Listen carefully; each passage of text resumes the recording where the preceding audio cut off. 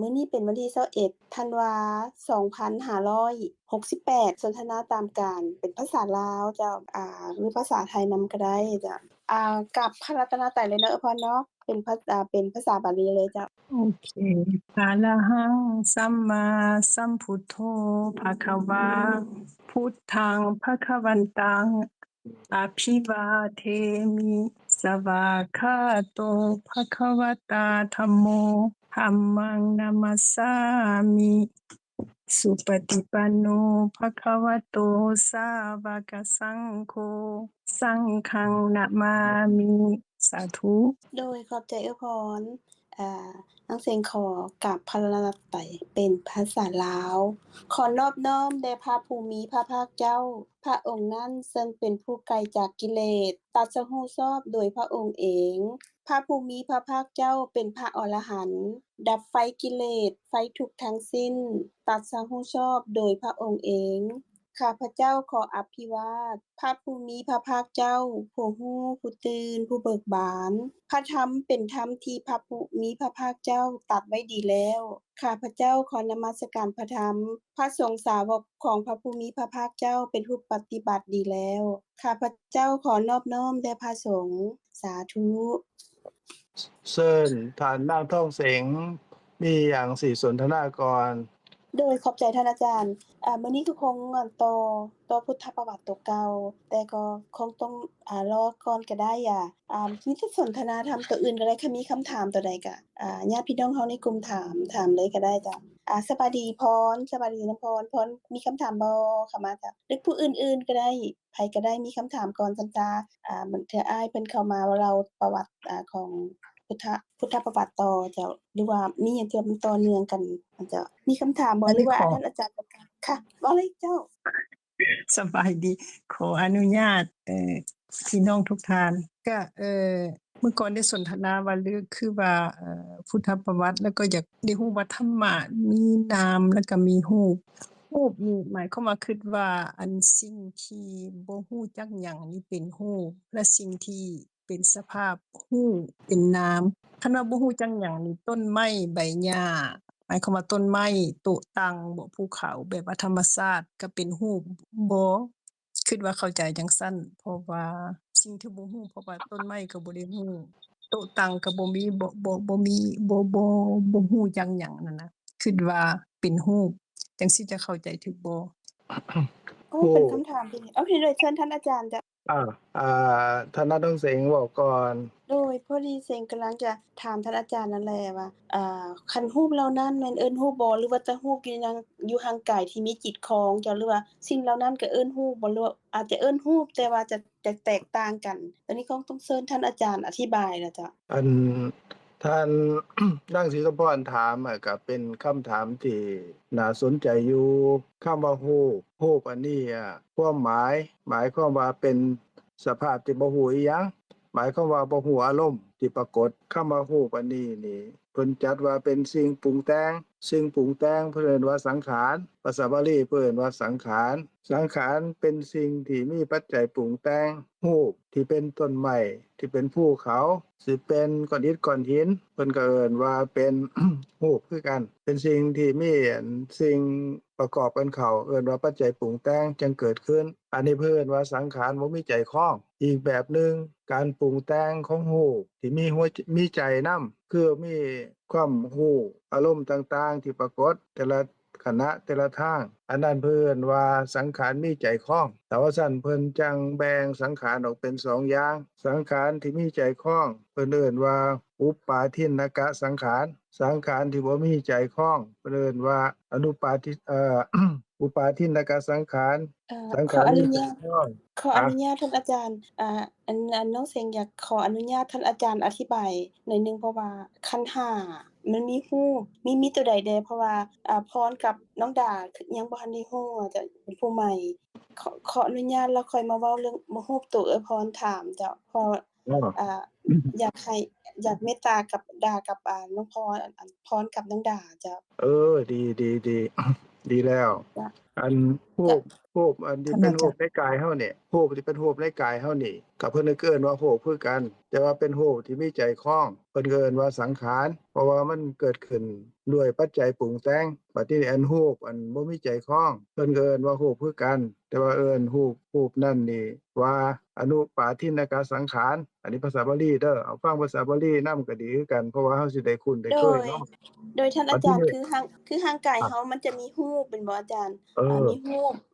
เวทนา สัญญา สังขาร วิญญาณ มี5อย่างบ่ท่านอาจารย์ แม่น อ่า อันนั้น น้องพ อันนั้น พรกับดานี่คือบ่ทันได้ อา รู้จ้ะตัวนี้ จ้ะ ดีแล้วที่อัน ท่านอาจา ท่าร น ย์ช่วยอธิบาย เห็น คืนให้แด่เจ้า ครั ว่า บ ในร่างกายเฮามี5อย่างอะเจ้า อยู่กายของเฮาเนี่ยก็มีรู ครั ป บจ้ะ รูปอันนี้เพิ่นเอิ้นว่ารูปที่มีใจคล้อง เพราะว่ามันมีจิตเด้ อันรูปอันนี้แหละมีใจคล้องอันนี้แหละเพิ่นเอิ้นว่าอุปาทินกสังขาร ภาษาบาลีเนาะ ส่วนอันต้นไม้ภูเขาก้อนอิฐก้อนหินอันนั้นเป็นรูปคือกัน แต่ว่าเป็นรูปบ่มีใจคล้องเพิ่นเอิ้นว่าอนุปาทินกสังขาร อันนี้เอา2อย่างก่อนเนาะ บัดทีนี้อันรูปในตัวเฮานี่รูปในตัวเฮานี่เพิ่นว่าขันธ์รูปขันธ์ในตัวเฮานี่มันประกอบไปด้วยอันรูปกับนามรูปนี่เป็นสภาพที่บ่ฮู้อิหยังก็หมายความว่ามันบ่ฮู้ว่ามันเป็นตาเป็นหูเป็นจมูกเป็นลิ้นหรือว่าเป็นรูปกายของเฮามันก็บ่ฮู้แล้วบ่ฮู้อิหยังเลยเพิ่นว่ารูปขันธ์คำว่าขันธ์แปลว่ากองคือกองของรูปเป็นรูปกายบัดทีนี้ ส่วนน้ำเพิ่นก็แยกออกไปเป็น4อย่างได้แก่เวทนาความรู้สึกนะความรู้สึกดีใจเสียใจความรู้สึกอัน ซื่อๆหรือว่าความรู้สึกทุกข์หรือความรู้สึกทุกข์สุขอันนี้เพิ่นเอิ้นว่าเป็นเวทนาขันธ์บัดนี้ความจำเพิ่นเอิ้นว่าเป็นสัญญาขันธ์แล้วการที่ปรุงแต่งจิตของเฮานี่ให้ เป็นบาปเป็นบุญเป็นไปต่างๆอันนั้นเพิ่นว่าสังขารขันธ์ส่วนวิญญาณขันธ์ก็คือจิตคือสภาพรู้อารมณ์อันนี้เพิ่นแบ่งออกเป็นรูปขันธ์แล้วก็เวทนาขันธ์สัญญาขันธ์สังขารขันธ์แล้วก็วิญญาณขันธ์อันนี้เป็นภาษาบาลีเด้แต่ว่าเขารวมเข้าแล้วก็รูปขันธ์ก็เป็นรูปแล้วก็ส่วนเวทนาสัญญาสังขารแล้วก็วิญญาณนั่นนี่เพิ่นว่าเป็นนามขันธ์ก็หมายความว่าเป็นสภาพรู้อารมณ์อยู่ในตัวเฮานี่แหละในตัวเฮานี่แหละบัดทีนี้อันรูปอันที่ถามกันอยู่นี่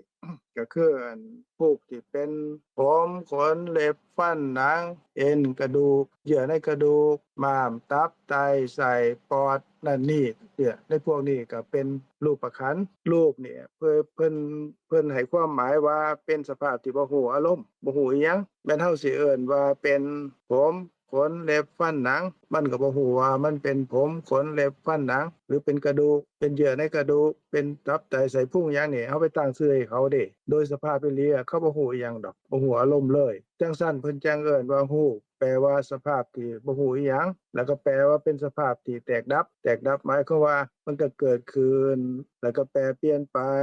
คือแก่นั่นแหละแล้วก็ตายก็คือดับแต่ละขณะนี่เป็นจังซั้นอยู่กายเฮานี่ อันนี้เป็นเพิ่นเอิ้นว่าอันรูปที่มีใจคล้องภาษาบาลีเพิ่นเอิ้นว่าอุปาทินกสังขารส่วนรูปบ่มีใจคล้องอันเป็นพวกต้นไม้ภูเขาก้อนอิฐก้อนหินอันนั้นเป็นรูปที่บ่มีใจคล้องเด้อันนั้นแหละบัดที่ในกายเฮานี่เฮาอันคิดว่าอันผมก็เป็นของเฮาแต่เส้นผมนั้นบ่ฮู้ดอกว่ามันชื่อว่าเส้นผมแล้วบ่ฮู้ดอกว่าเฮาอันติดของหรือว่าไปยึดมั่นในมันว่ามันเป็นของเฮาหรือว่าเป็นเฮาเป็นตัวตนของเฮามันบ่ฮู้สิ่งที่มันเป็นก็คือมันเกิดขึ้นแปรเปลี่ยนก็คือว่าแก่แล้วก็ตายก็คือดับแต่ละขณะเป็นจังซั่นแต่ว่ามันเป็นการเกิดการดับประเภทปกปิดคันเฮาบ่พิจารณาก็บ่เห็นมันเกิดขึ้นสืบต่อแปรเปลี่ยนแล้วก็ดับทุกขณะอะนะแต่ว่ารูปอันนี้เฮาเห็นเกิดก็คือเด็กน้อยเกิดคลอดออกมานั่นน่ะอันนั้นว่าเกิดแล้วเด้แก่ก็คือว่าเฒ่าผมงอกแหน่ผิวเหี่ยวแหน่อย่างผิดสวดผิดทรงแหน่อันนั้นก็แก่หรือว่าอันบ่หันใจเอิ้นว่าตายอันนั้นนี่เป็นการเกิดแก่และตายของรู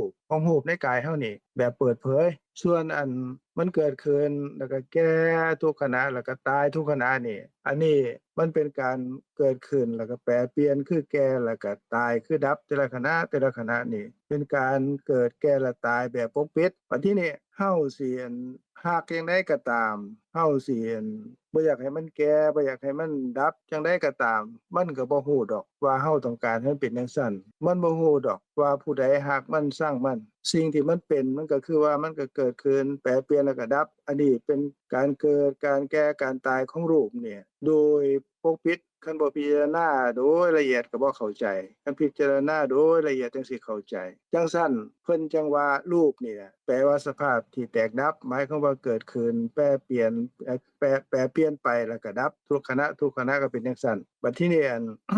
มันบ่ฮู้ว่าเป็นรูปของผู้ใดหรือว่าเป็นรูปของไผหรือว่าเป็นตัวตนของไผแต่ว่าเฮาไปยึดไปถือมันว่ามันเป็นของเฮาเป็นสิ่งที่เที่ยงแท้แน่นอนบ่แปรบ่เปลี่ยนแต่ด้วยความเป็นจริงแล้วมันบ่ฮู้ดอกว่าผู้ใดอยากให้มันคงที่อยู่คือเก่าบ่อยากแปรเปลี่ยนบ่อยากให้เฒ่าบ่อยากให้มันตายแต่ว่ามันก็บ่สนใจเพราะว่ามันบ่มีจิตเด้รูปมันเป็นสภาพที่แตกดับเกิดขึ้นแล้วก็สืบต่อแล้วก็แก่แล้วก็ดับอันนี้โดยสภาพของเขาเด้บัดนี้มันบ่ฮู้ว่าผู้ใดเป็นเจ้าของมันเด้มันบ่ฮู้ว่าผู้ใดดีใจเสียใจเด้มันก็เป็นจังซี่ทุกคนเกิดมาในโลกนี้ก็มีรูปกายคำว่ากายกายะนี่แปลว่าสิ่งร่วมกันโฮมกันของรูปเอิ้นว่ารูปกายโฮมกันของนามเอิ้นว่านามกายอันนามกายก็หมายถึงเวทนาความรู้สึกสัญญาความจำสังขารการปรุงแต่งจิตให้เป็นกุศลอกุศลส่วนจิตเป็นสภาพรู้จิตก็คือใจนั่นแหละเป็นสภาพรู้อารมณ์ต่างๆอันนั้นนี่เพิ่นเอิ้นว่านามกายการรวมกันของนามส่วนรูปก็คือการรวมกันของรูปที่มันรวมในกายเฮานี่มันมีอยู่28รูปรูปอันนี้ก็สิมีรูปใหญ่เป็นประธานเป็นหัวหน้าของรูปทั้งหลายนี่เพิ่นว่ามหาภูตรูปแปลว่ารูปใหญ่ผู้เป็นประธานภาษาบาลีว่ามหาภูตรูปบัดทีนี้มหาภูตรูปนี่ก็ได้แก่รูปที่เป็นธาตุดินธาตุน้ำธาตุไฟธาตุลมอันนี้เป็นรูปใหญ่แล้วก็มีรูปอื่นอีกรูปน้อยๆอาศัยรูปใหญ่นี่เกิดขึ้นมีอีก24รูปนะอันก็เป็นรายละเอียดบัดทีนี้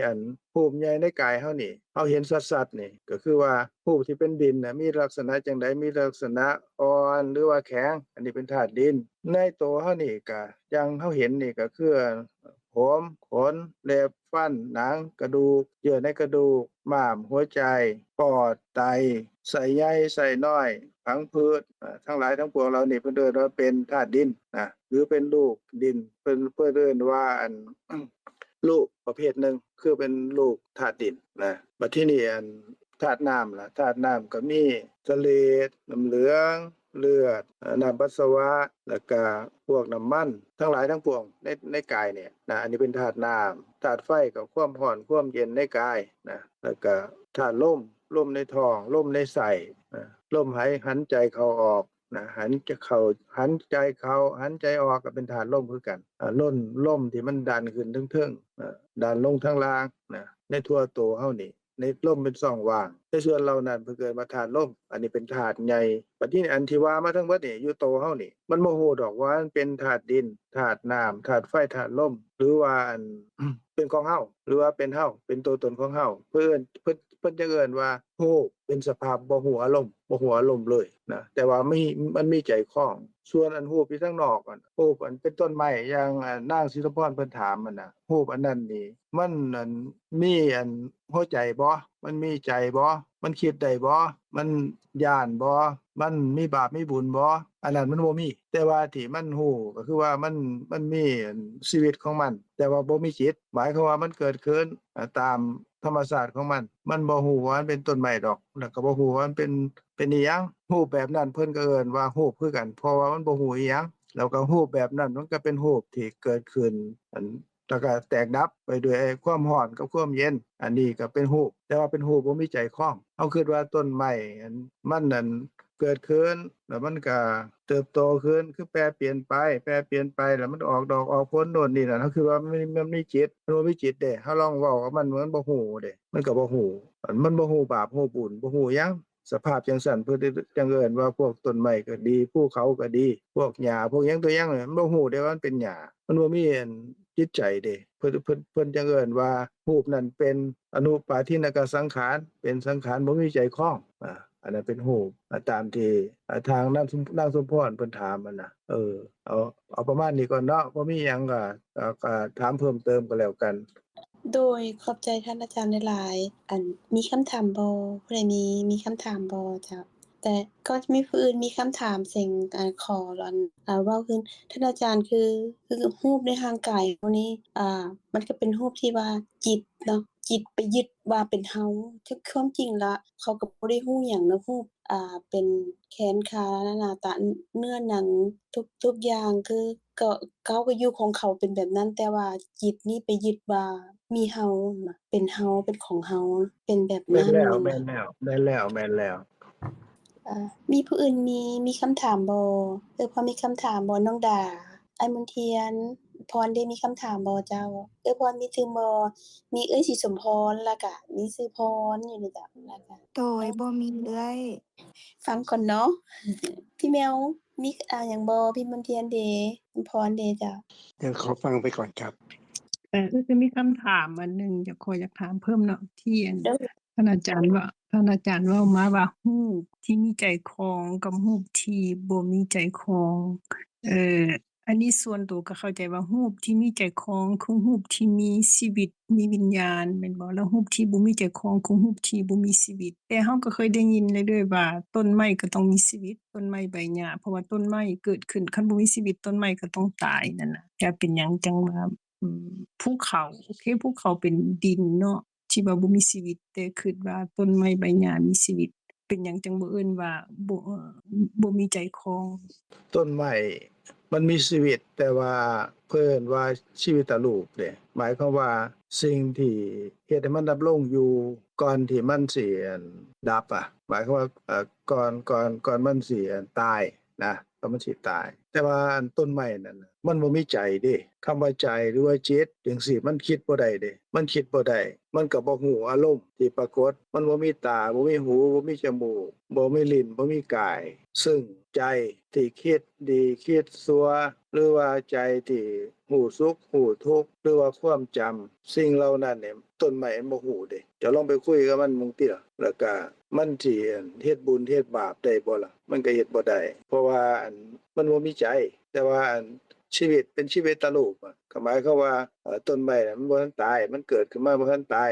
สิ่งที่คุ้มครองให้มันยังมีชีวิตอยู่บ่ตายน่ะมันบ่แม่นใจเด้แต่ว่ามันเป็นรูปอันหนึ่งที่รักษามันเกิดขึ้นแล้วบ่ให้มันดับนั่นน่ะอันนั้นก็มันก็ต่างกันจังซี่เฮาอย่าไปเข้าใจว่ามันมีชีวิตบ่ทันตายนั่นน่ะมันมีหัวใจเด้มันบ่มีหัวใจต้นไม้บ่มีหัวใจต้นไม้บ่มีหัวใจแล้วก็ต้นไม้ก็บ่มีวิญญาณก็หมายความว่าสภาพรู้อารมณ์ต่างๆแล้วก็บ่ฮู้คิดบ่ฮู้จำแล้วก็บ่ฮู้ผิดชอบชั่วดีบาปบุญคุณโทษหยังบ่ฮู้เลยอันนั้นนี่คำว่าจิตตรงนั้นเนี่ยเป็นสภาพคิดแล้วก็ฮู้อารมณ์ต่างๆหรือว่าสร้างสมบุญสร้างสมบาปก็เป็นสภาพของจิตนะอันนี้เป็นจังซั่นนะแต่ว่าที่สงสัยนั่นก็ดีอยู่แต่ว่าเราต้องแยกให้ออกคำว่าจิตกับชีวิตนี่มันคนละอย่างกันจิตอยู่ในคนนี่คนบ่ตายนี่มีจิตอันนั้นก็มีสิ่งที่รักษาจิตบ่ให้มันดับขณะที่มันเกิดขึ้นล่ะมันดำรงอยู่มันยังอยู่บ่ทันตายเพิ่นเอิ้นว่าชีวิตินทรียเจตสิกหมายความว่าเจตสิกที่เกิดขึ้นแล้วก็รักษาเข้าอยู่บ่ให้ตายก่อนที่มันเกิดขึ้นแล้วก็ดำรงอยู่ในขณะที่เกิดขึ้นดำรงอยู่ได้นั่นก่อนที่ตายน่ะเพิ่นเอิ้นว่าสิ่งหนึ่งที่รักษาเอิ้นว่าชีวิตนามก็แปลว่าชีวิตินทรียเจตสิกคือเจตสิกที่รักษาจิตกับเจตสิกอื่นน่ะให้ยังอยู่ก่อนที่ดับไปนะอันนั้นก็สภาพอันนั้นก็บ่แม่นจิตแต่ว่าอันในต้นไม้เขาเกิดขึ้นก็มีชีวิตตาลูกก็หมายความว่าชีวิตที่เกิดขึ้นดำรงอยู่ก่อนที่สิดับไปก่อนที่จะตายไปต้นไม้ตายไปแต่ว่าเขาบ่มีหัวใจเด้บ่มีจิตที่หัวอารมณ์ตามที่ว่าเนี่ยนะอันพอสิคิดออกบ่ก็ประมาณนี้แหละโดยท่านอาจารย์คือต้นไม้พวกภูเขาต้นไม้ก็มีชีวิตแต่ว่า มันก็บ่ได้มีจิตบ่ได้มีกุศลหรืออกุศลคือร่างกายของเราคือรูปในร่างกายเราร่างกายมันมีจิตครองจิตมายึดว่าเป็นเราเป็นแขนเราเป็นขาเราเป็นร่างกายเราแล้วมันก็มีกุศลมีอกุศลแต่ว่าต้นไม้ชีวิตแล้วนั้นจะบ่มีสิ่งเหล่านี้จะบ่มีการทุกข์บ่มีการเกิดแก่เจ็บตายอะแบบเป็นอกุศลหรือกุศลแต่ว่าร่างกายคือตัวนี้เพิ่นเอิ้นว่ารูปในอริยสัจได้บ่อาจารย์รูปในร่างกายเฮานี่ ท่านนักต้องเสียงถามนี่ก็ดีภูมิในร่างกายเฮานี่แหละเป็นอริยสัจหมายความว่าเป็นความจริงอันสูงสุดเพราะว่าไล่ไปจนถึงที่สุดแล้วนี่บ่มีความจริงอีหยังที่เกินนี้ไปก็รูปในร่างกายเฮานี่แหละเป็นอริยสัจหมายความว่าเป็นความจริงอันสูงสุดเรียกว่าเป็นทุกขอริยสัจก็หมายความว่าเกิดขึ้นแล้วก็แก่แล้วก็ตายนะเป็นไปทุกๆขณะเป็นไปเดียวเนี่ยบ่มีรูปผู้ใดที่เกิดขึ้นแล้วก็บ่แก่แล้วก็บ่ตายนะรูปเกิดขึ้นแก่แล้วก็ตายเป็นไปจังซี่ตลอดเวลาเดี๋ยวนี้ก็เกิดเดี๋ยวนี้ก็แก่เดี๋ยวนี้ก็ตายทุกๆขณะอันนี้เป็นการเกิดแล้วก็แก่แล้วก็ตายแบบปกปิดคันเฮาบ่พิจารณาไตร่ตรองเฮาก็บ่เข้าใจบ่เห็นคันพิจารณาไตร่ตรองโดยละเอียดจังสิเห็นว่าเป็นจังซั่นอีหลีแต่ว่าคันเว้าโดยเห็นได้ง่ายๆความเกิดก็ตอนที่เฮาเกิดเพิ่นว่าปฏิสนธิปฏิสนธิวิญญาณเกิดขึ้นก็มีรูปเกิดนำเด้รูปเกิดขึ้นน่ะตอนนั้นน่ะมันมีอยู่3กลุ่มมีกลุ่มของหัวใจเอิ้นว่าเป็นกลุ่มของอัตยรูปกลุ่มของเพศก็หมายความว่าภาวะรูปคือว่าเป็นความเป็นผู้หญิงผู้ชายแล้วก็กลุ่มของกายประสาทรูปก็คือกลุ่มของรูปกายไม่ได้เกิดพร้อมกันเด้มือปฏิสนธิแล้วนี่มือเกิดแล้วนี่มันก็สิเกิดขึ้นแล้วก็ปฏิสนธิจิตแล้วก็ดับก็ดับว่าที่นี่ก็มีภวังคจิตเกิดต่อหมายความว่าจิตดำรงภพชาติเกิดต่อในขณะที่ปฏิสนธิแล้วก็สิเป็นน้ำใสเป็นน้ำใสจากนั้นก็สิเป็นน้ำข้นน้ำขุ่นจากน้ำขุ่นแล้วก็สิเป็นสิ้นเนื้อ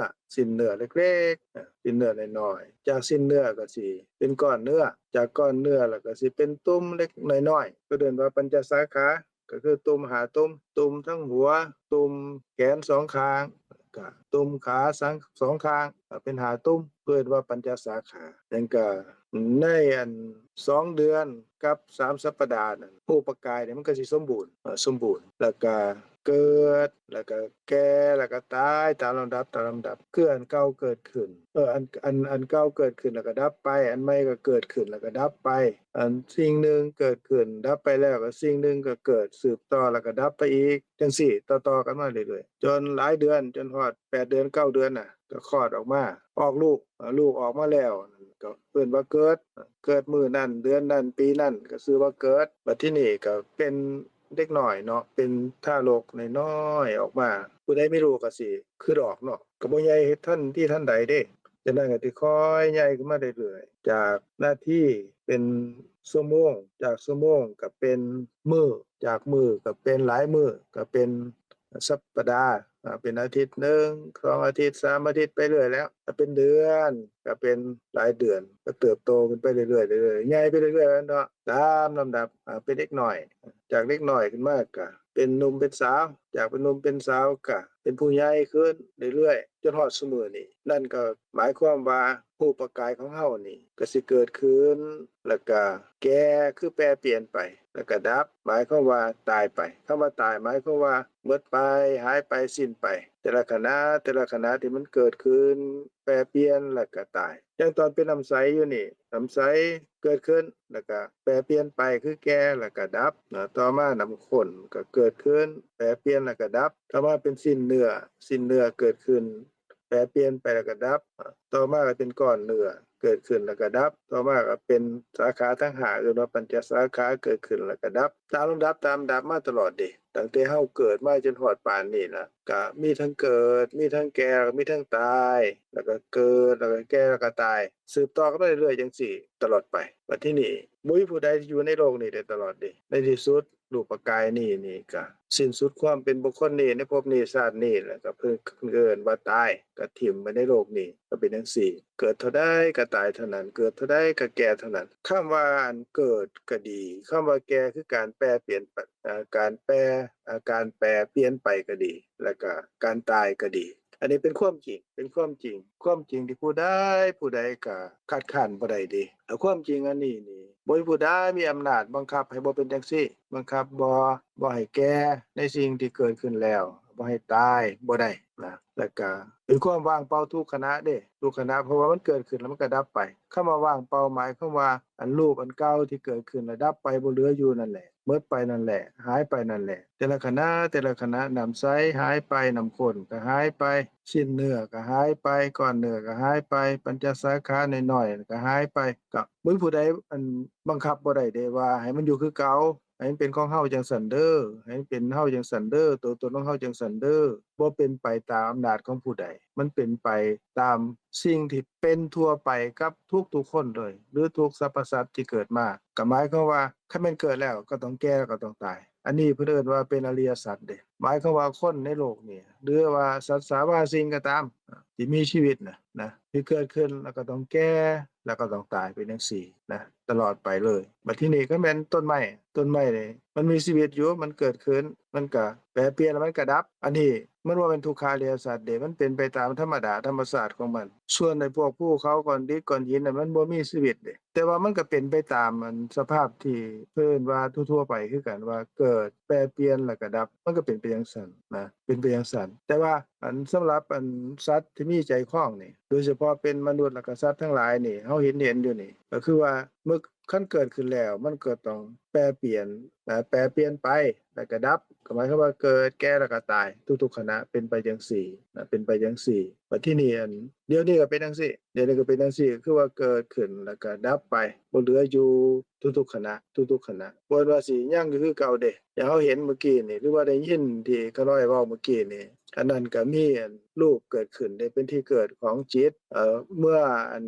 เฮาได้ยินแล้วเบิดไปนั่นก็หมายความว่ารูปมันก็เบิดไปแล้วเดะก็หมายความว่ามันเกิดขึ้นแปรเปลี่ยนแล้วก็ดับอันนี้ก็เป็นการเกิดการแก่และการตายในอันขณะเพิ่นเอิ้นว่าขณะเดี๋ยวนี้เพิ่นเรียกว่าคณิกามรณะขณะน้อยๆขณะที่มันเกิดขึ้นแล้วก็ดับไปอันจังซี่ก็ยังเกิดขึ้นแล้วก็ดับบ่เหลืออยู่จังซั่นเพิ่นจึงเอิ้นว่า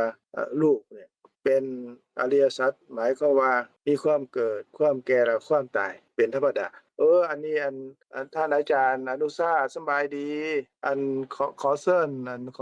ท่านอาจารย์อนุชาต่อไปเลยอันนี้เฮาก็พอเข้าใจในเบื้องต้นเรื่องรูปแล้วเนาะต่อไปเลยท่านนั้นทงเสเชิญทานโดยสบายดีหมดทุกคนเด้อ อันได้ยินดีบ่ข้อเสียงหน่อยหนึงเด้อโดยได้ยินได้ยินอยู่เนาะ อาจารย์อนุชาโตแล้วนี่บ่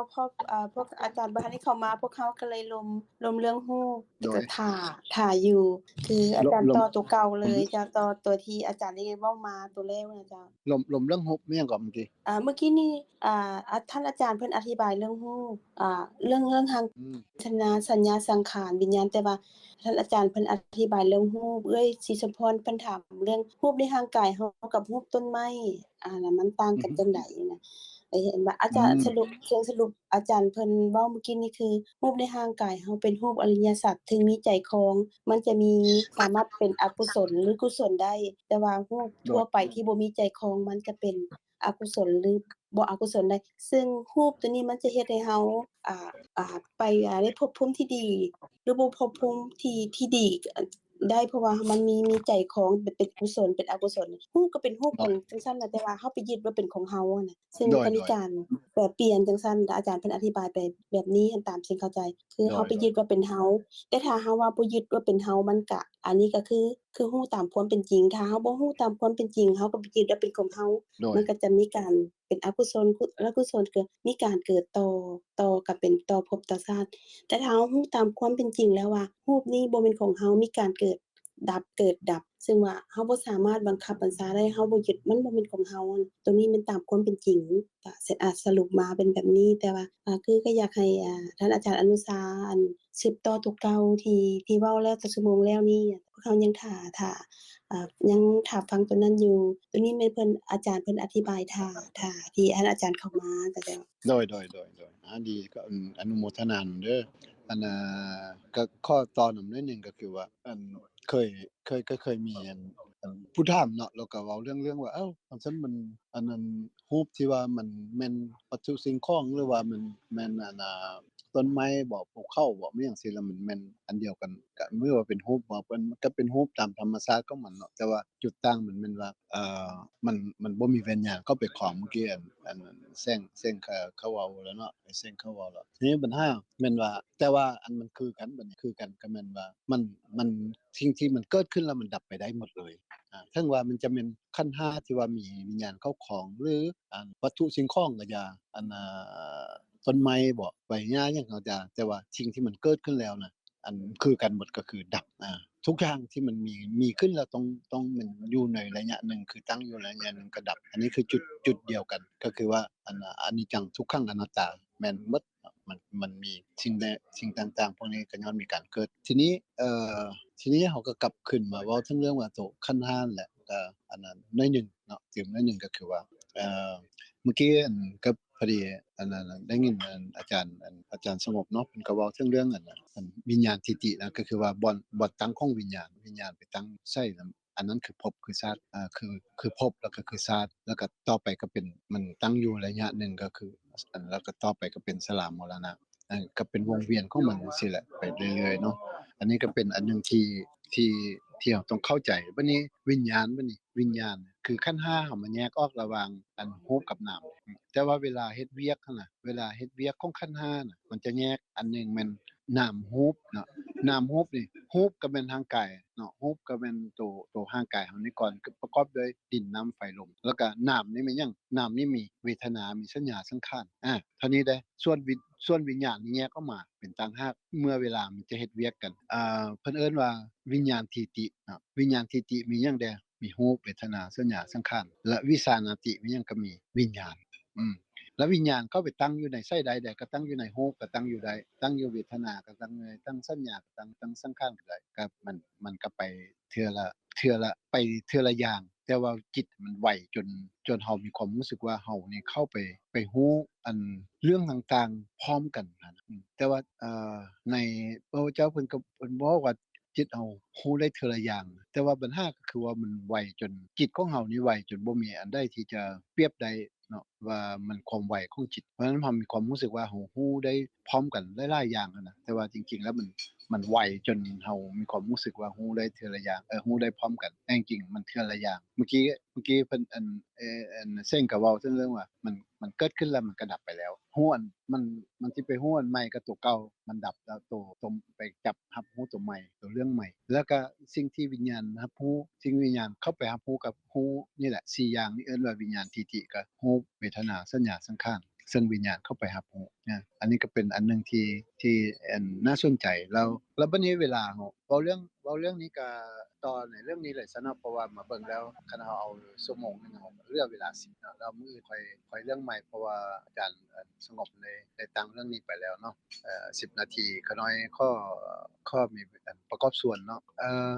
คือว่าอันเว้าเรื่องเฮามาเว้าเรื่องการเฮ็ดเวียกของขันธ์ห้าเนี่ยเฮามาสังเกตว่าการเฮ็ดเวียกของขันธ์ห้านี่เป็นจั่งใดสมมุติว่าเฮานั่งสมาธินี่น่ะเฮาไปบ่อนสงบเนาะอันอยู่เสงือมผ้าปราสาทนั่นว่างบ่อนใดก็ที่ตัวเองรู้สึกว่ามันสงบนั่นแหละเนาะถ้าว่าจำเป็นว่าเฮาก็อยู่ในบ่อนที่มีคนมีอันสิ่งแวดล้อมต่างๆซึ่งทางกายเฮาออกบ่ได้เฮาออกทางจิตก็คือว่าเราก็อยู่กับสิ่งต่างๆที่เหมือนสิ่งแวดล้อมเรานั่นแหละแล้วก็ฝึกที่จะบ่ต้องไปเอาใจไปผูกกับสิ่งต่างๆนั่นน่ะก็อยู่กับขณะอยู่กับปัจจุบันขณะให้ได้ก็คือพระพุทธเจ้าสอนหลายที่สุดสิ่งที่เฮาเฮ็ดก็คืออานาปานสตินั่นแหละก็คือสติปัฏฐาน4เอาจิตตั้งไว้อยู่ที่กายเนาะเมื่อกี้ผมก็ได้เว้าถึงเรื่องกายแล้วเว้าถึงเรื่องรูปแล้วขณะในช่วงเวลาที่สั้นๆนี่ขณะอยากเว้าถึงเรื่องการเฮ็ดเวียกของขันธ์ห้าเนาะแล้วบัดนี้เฮาเฮ็ดเวียกของขันธ์ห้านี่เฮาเฮ็ดเฮามานั่งสมาธิแล้วเฮาต้องการหยังเฮาอยากได้หยังประโยชน์ของการนั่งสมาธิเฮาอยากได้หยังจากการนั่งสมาธิสมัยก่อน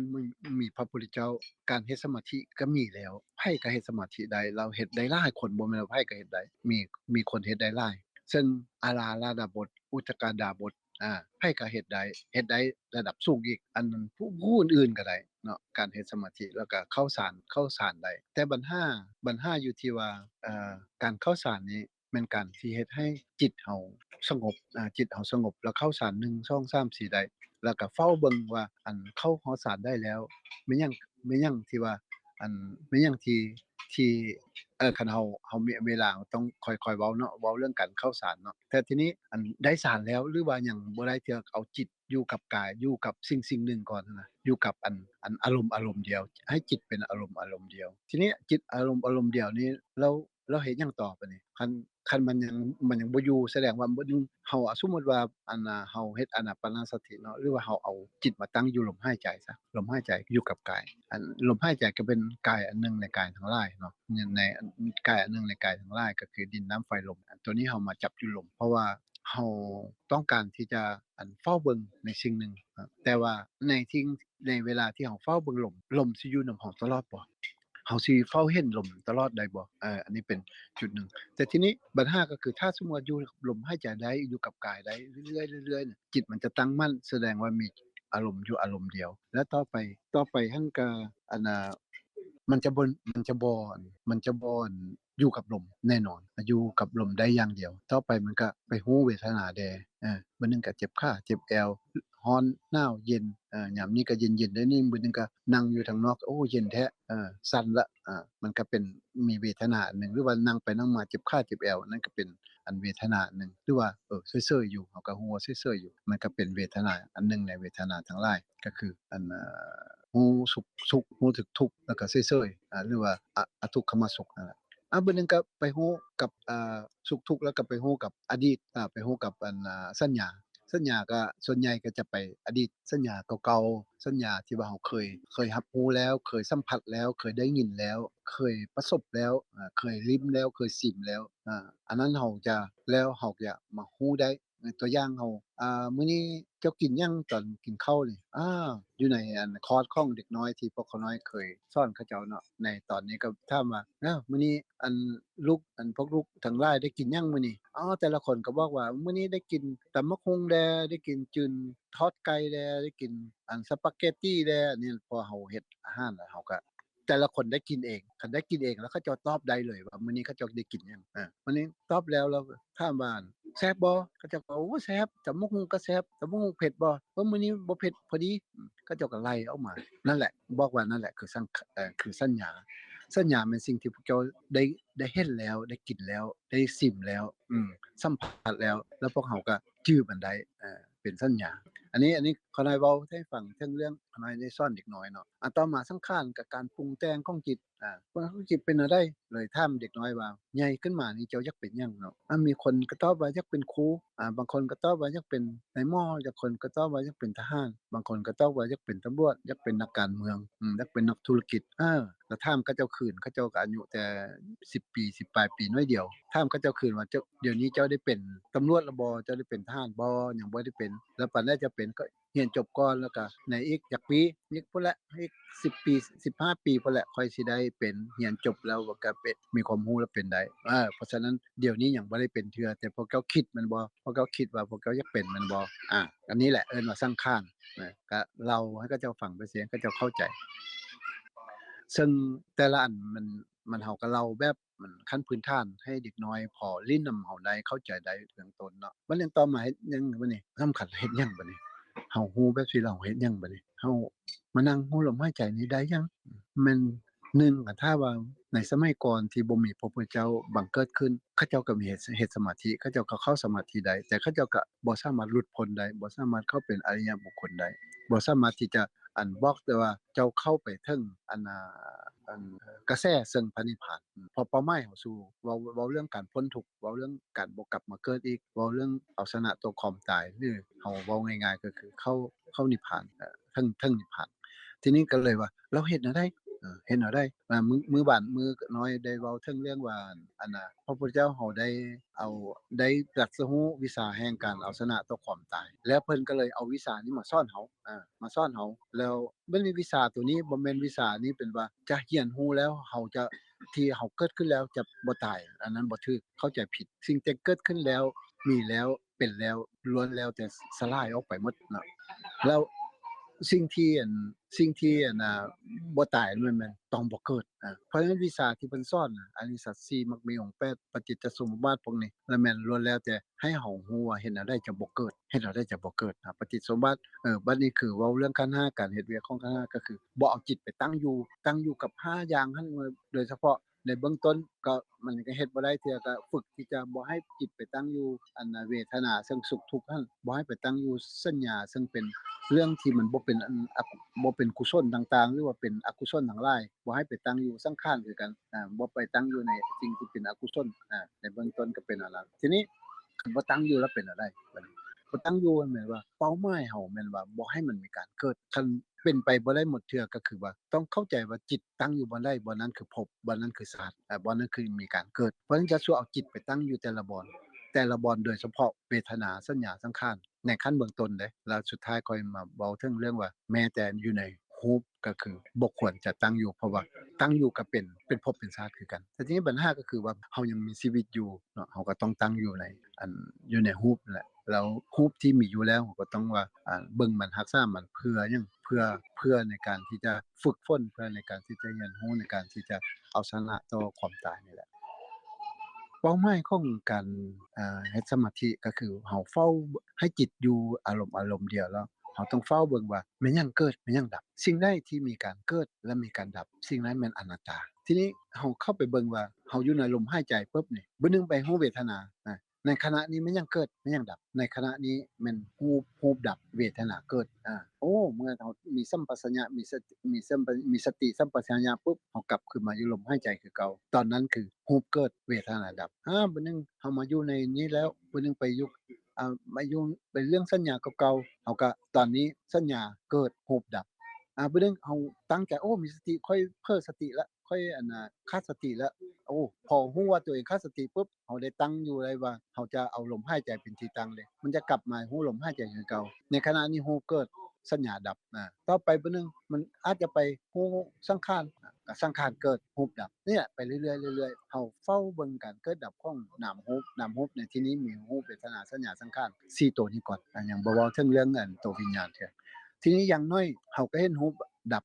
เกิดดับเห็นเวทนาเกิดดับเห็นสัญญาเกิดดับเห็นสังขารเกิดดับอย่างน้อยเฮาก็รู้ได้ว่าสิ่งใดมีการเกิดแล้วก็มีการดับสิ่งนั้นเป็นอนัตตานี่อันนี้เฮาก็ค่อยๆศึกษาไปทีนี้เห็นว่ามันมีการเกิดดับแล้วนั่นล่ะมีการเกิดกันว่าแล้วเฮาก็สรุปได้โอ้มันเกิดมันมีการเกิดกันดับนี่รูปก็เกิดดับเวทนาก็เกิดดับสัญญาก็เกิดดับสังขารก็เกิดดับสิ่งใดที่มีการเกิดกันดับในสิ่งนั้นเป็นอนัตตา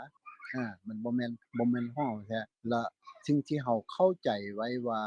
เอตังมะมะเอโซหัมมัสสมิเอโซเมอัตตานั้นมันของเฮานั้นมันเฮานั้นมันตัวตนของเฮาเฮาจะรู้ได้เลยในเบื้องต้นก็คือว่าเฮาถ้าว่าเฮาเห็นสิ่งนั้นมันเกิดมันดับแล้วเฮารู้ว่ามันอนัตตาก็คือมันบ่แม่นตัวตนถาวรมันพร้อมแต่เพียงตั้งขึ้นมันเกิดขึ้นตั้งอยู่ดับไปฮอดยามมันเกิดก็เกิดตามเหตุตามปัจจัยฮอดยามตั้งอยู่ก็ตั้งอยู่ตามเหตุปัจจัยดับก็ดับตามเหตุตามปัจจัยของมันนั่นคือกฎไตรลักษณ์เนาะที่เฮารู้เรื่อยๆแล้วต่อมามีหยังบัดนี้ก็คือเฮาเกิดรู้ดับแล้วเฮาค่อยสิรู้ได้ว่าสิ่งที่เฮาเห็นว่ามันมีเกิดมีดับนั่นน่ะมันเฮาก็สิได้ว่าเฮาเว้าได้ว่าเอตังมะเนตังมะมะเนโซหัมมัสสมินะเมโซอัตตานั้นบ่แม่นของเฮานั้นบ่แม่นเฮานั้นบ่แม่นตัวตนของเฮาตัวนี้มันค่อยสิเกิดความรู้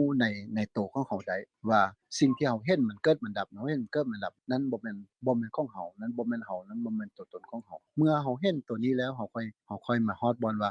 โอ้คันรู้ว่ามันบ่แม่นของเฮาบ่แม่นเฮาบ่แม่นตัวตนของเฮาแล้วเฮาสิไปยึดมันไว้เฮ็ดหยังเฮาสิไปทุกข์นำมันเฮ็ดหยังเฮาสิไปตั้งอยู่เฮาสิไปยึดไว้แล้ว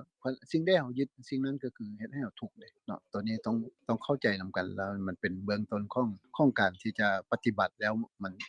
ปฏิบัติเพื่อหยังให้มันเห็นหยังก็คือเห็นการเกิดดับของสิ่งที่มันเกิดขึ้นตั้งอยู่แล้วดับไปเฮาเห็นให้มันเห็นว่ามันมีการเกิดดับเกิดขึ้นเนาะในเบื้องต้นขน้อยข้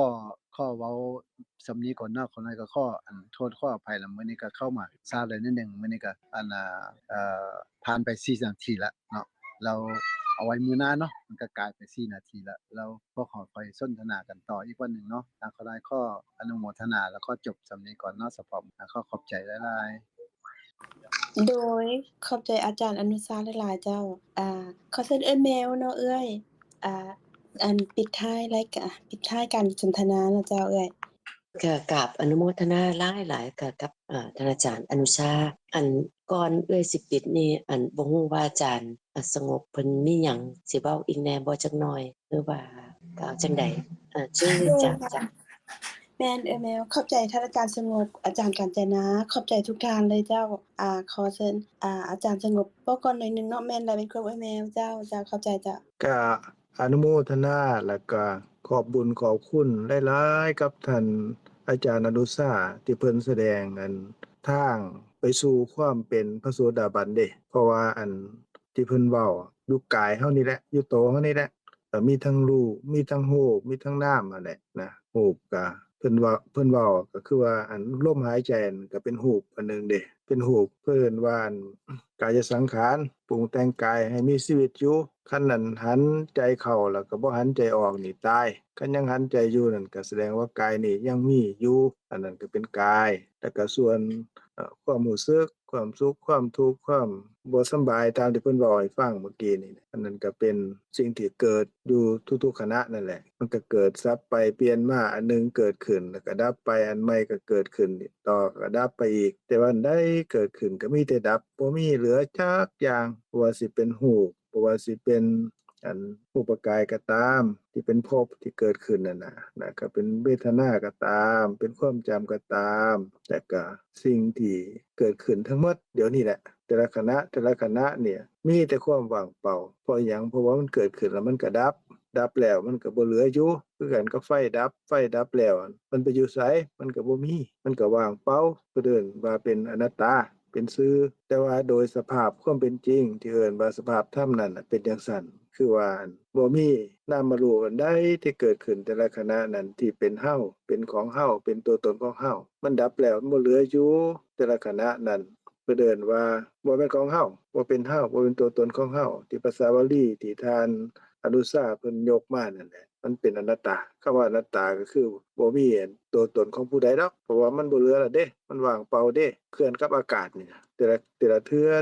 ที่นามรูปมันเกิดขึ้นนั่นน่ะอันนี้ก็เป็นมรรคคือเป็นทางนำไปสู่การดับ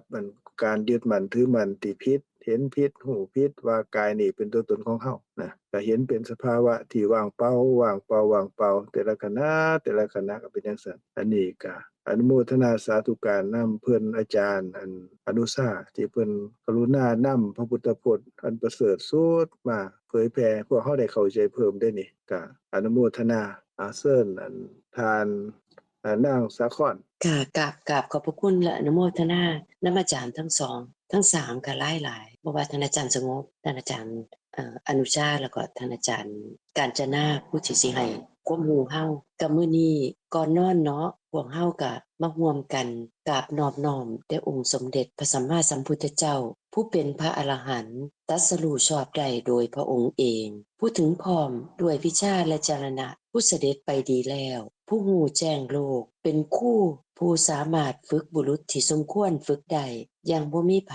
ยิ่งกว่าผู้เป็นศาสดาของเทวดาและมนุษย์ทั้งหลายผู้จำแนกแจกแจงพระธรรมอันประเสริฐกราบน้อมแต่พระธรรมคำสอนที่พระองค์ทรงเคารพบูชาเป็นธรรมที่ผู้ศึกษาและปฏิบัติพึ่งปรากฏชัดได้โดยตัวเองกราบนอบน้อมแด่หมู่พระอริยสงฆ์องค์เจ้าทั้งหลายผู้ปฏิบัติเพื่อกำจัดราคะผู้ปฏิบัติเพื่อกำจัดโทสะผู้ปฏิบัติเพื่อกำจัดโมหะตรัสรู้พระธรรมตามพระผู้มีพระภาคเจ้าด้วยอำนาจคุณพระรัตนตรัยขอสัตว์ทั้งหลายที่เป็นเพื่อนทุกข์เกิดแก่เจ็บตายด้วยกันทั้งหมดทั้งสิ้นขอจงเป็นสุ